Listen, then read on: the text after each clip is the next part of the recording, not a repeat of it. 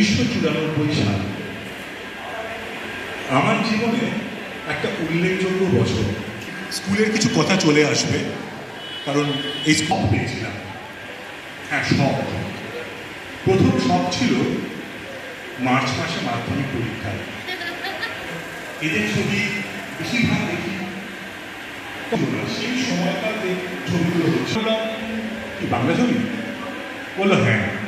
আমি বললাম যে একজন সম্পাদক তাকেও চলচ্চিত্র পরিচালনাটা খুব ভালো বুঝবে, না হলে সম্পাদনা করা যায় না। ঋতুর সঙ্গে কাজ করার ব্যাপারে ঋতু বিশেষ কিছু বলতো না। তার প্রধান কারণ হচ্ছে ও যখন স্ক্রিপ্ট পড়ে শোনাতো, সেটা এত সুন্দর করে পড়ে শোনাতো যে শুধু অভিনেতা অভিনেত্রীরা নয়, অন্য যেসব ডিপার্টমেন্টের লোকেরা, অর্থাৎ ক্যামেরা বা সাউন্ড বা এডিটিং, তারা কিন্তু সঠিকভাবে বুঝতে পারতো যে তাদের সবাইকার কাছে কী চাওয়া হচ্ছে। এবং ঋতুর স্ক্রিপ্ট রিডিংয়ের পর একটা বিশদ আলোচনা বসতো। আলোচনাগুলো অবশ্যই টেলিফোনের মাধ্যমে হতো। কে তোমাকে নির্বাচন করবে উনি, কোনো প্রথাগত দিয়ে তার মধ্যে ঠিক যা চান সেটাকে কীভাবে উনি বার করে আনলেন, সেটা দেখতে হবে, বুঝিয়ে দেবো।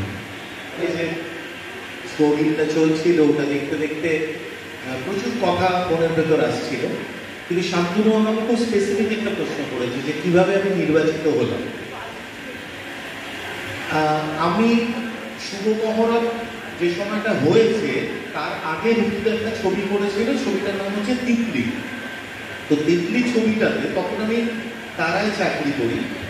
তো ঋতুটা তখন আমার তিতলিতে আমি অ্যাসিস্ট করবো কিনা জিজ্ঞেস করে। তো সেটা আমার কাছে একটা খুব বড় মানে অফার, যে ঋতুদার ছবিটা আমি অ্যাসিস্ট্যান্ট ডিরেক্টর হিসেবে কাজ করব। আমি তৎক্ষণাৎ রাজি হয়ে যাই। তো রাজি হয়ে যাওয়ার পর আমি তার আগে চিন্তা মনে কয়েকজনকে, অর্ঘদাকে চিনতাম বা মন্টুদাকে চিনতাম, ওদের টিমটা যারা ছিল। তো তিতলিতে কাজ করার সুবাদে আমার ইউনিটটার সাথেও একটা খুব সুন্দর শক্ত তৈরি হয়ে যায়।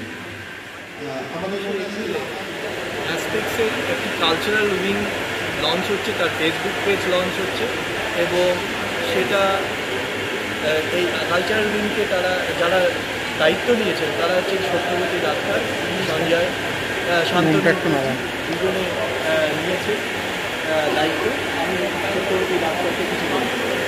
এই দায়িত্ব মানুষের মধ্যে ভাগ করা রয়েছে, এবং আমাদের প্রধান অগ্রধার যিনি, তিনি হচ্ছেন শিক্ষাকারী, তিনি দায়ভারটা বহন করে থাকেন। বছরভর কালচারাল উইং কিছু না কিছু অনুষ্ঠান মঞ্চস্থ করতে থাকবে, এবং তার মধ্যে অন্যতম হলো এই আজকের সন্ধ্যেটা আসলে আমরা বর্ষবরণ সন্ধ্যা, বাংলায় নতুন বছরের পরে একটা অনুষ্ঠান করে থাকি। তা এই অনুষ্ঠান ছাড়াও বছরের ঠিক মাঝখানটাতে যা নাটক মঞ্চস্থ করা হয়, জাতীয় ঋতু সাংস্কৃতিক তারা কেউ হয়তো খুব ভালো গানের জগতে নাম করেছে, কেউ সেতারের জগতে নাম করেছে। আমাদের এখানে নাটক যারা করেন তারা প্রফেশনাল মতো নাটক করেন। এমনি রাসত্তরী নাটক হচ্ছে আমাদের পরিচালক। তো আমরা এই পুরো কর্মকাণ্ডের মধ্যে অনেকগুলো যে কর্মকাণ্ড আসতে আছে, তার মধ্যে কালচারাল দিকটাকে আমরা খুব গুরুত্ব দিই।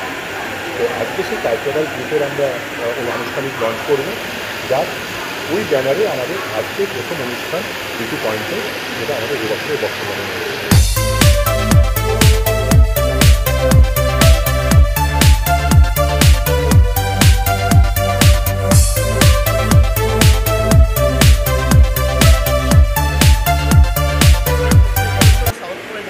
অ্যাসোসিয়েশনের তরফ থেকে একটি বর্ষবরণের প্রোগ্রাম করি পয়লা বৈশাখের পরের উইকেন্ডে। তো সেই প্রোগ্রামে প্রত্যেক বছর আমরা নানা ধরনের কালচারাল ফাংশন করে থাকি। এই বছর ডেটটা খুব স্পেশাল, কারণ আমাদের ডেটটা পড়েছে 19শে এপ্রিল, যেটা ঋতুপর্ণ ঘোষের একটি অনেকগুলো ফেমাস ছবির মধ্যে একটি। তো সেই জন্য আমরা কনসেপচুয়ালাইজ করেছি যে 19শে এপ্রিলের মাধ্যমে ঋতুপর্ণ ঘোষকে এই বর্ষবরণের প্রোগ্রামে সেলিব্রেট করা, যিনি আমাদের স্কুলের একজন ফেমাস অ্যালুমনাই, যার অত্যন্ত ভালো অ্যাচিভমেন্টসগুলো আমরা আজকে আমাদের এক্স স্টুডেন্টসদের মধ্যে শেয়ার করতে চাই, সেলিব্রেট করতে চাই।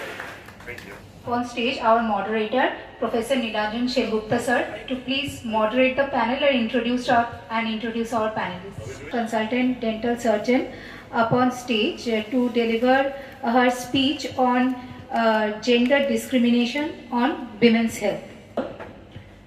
Myself, Dr. Sudokina, going to present on gender and its effect on women's health.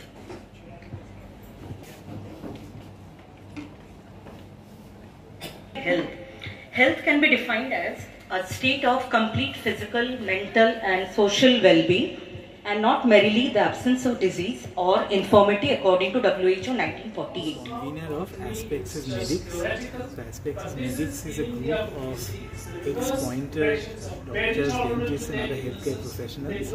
We currently number around 500 and we are involved in various activities with the school and the alumni bodies, including health camps for training for the staff. And today we are at the sidelines of the first CME, which is a seminar which is basically for our members only. But the uniqueness of this is that we are holding this on the school campus, so it's obviously a great honor for us to be here on the school campus and participating. যা কাজ serial আমরা দেখে থাকি অনেক কিছু শেখার আছে ওদের কাছ থেকে। তো আজকে ওনাকে স্মরণ করে সরকারি স্কুলের প্রোগ্রামটা হচ্ছে অত্যন্ত বাঞ্ছনীয় ছিল। উনি এখানকার সরকারের এক্স স্টুডেন্ট, উনি একটা স্টুডেন্ট, আমাদের এখানে ইউনিভার্সিটি করেছি, নিজে খুব ভালো লাগছে। আমি এটাই প্রফেশনালি ডাক্তার, ক্যান্সার সার্জন, আমাদের ক্যান্সার হসপিটালে ডাক্তার করানো হয়। কিন্তু আমি গান ভালোবাসি, মানে গান শেখার সুযোগ নেই, কিন্তু গান চর্চা আমাদের বাড়িতে আছে, অনেকেরই আছে। আমি গান ভালোবাসি বলে সাউথ স্কুলে আমি বিভিন্ন অনুষ্ঠান হলে আমাদের এখানে ডাকি।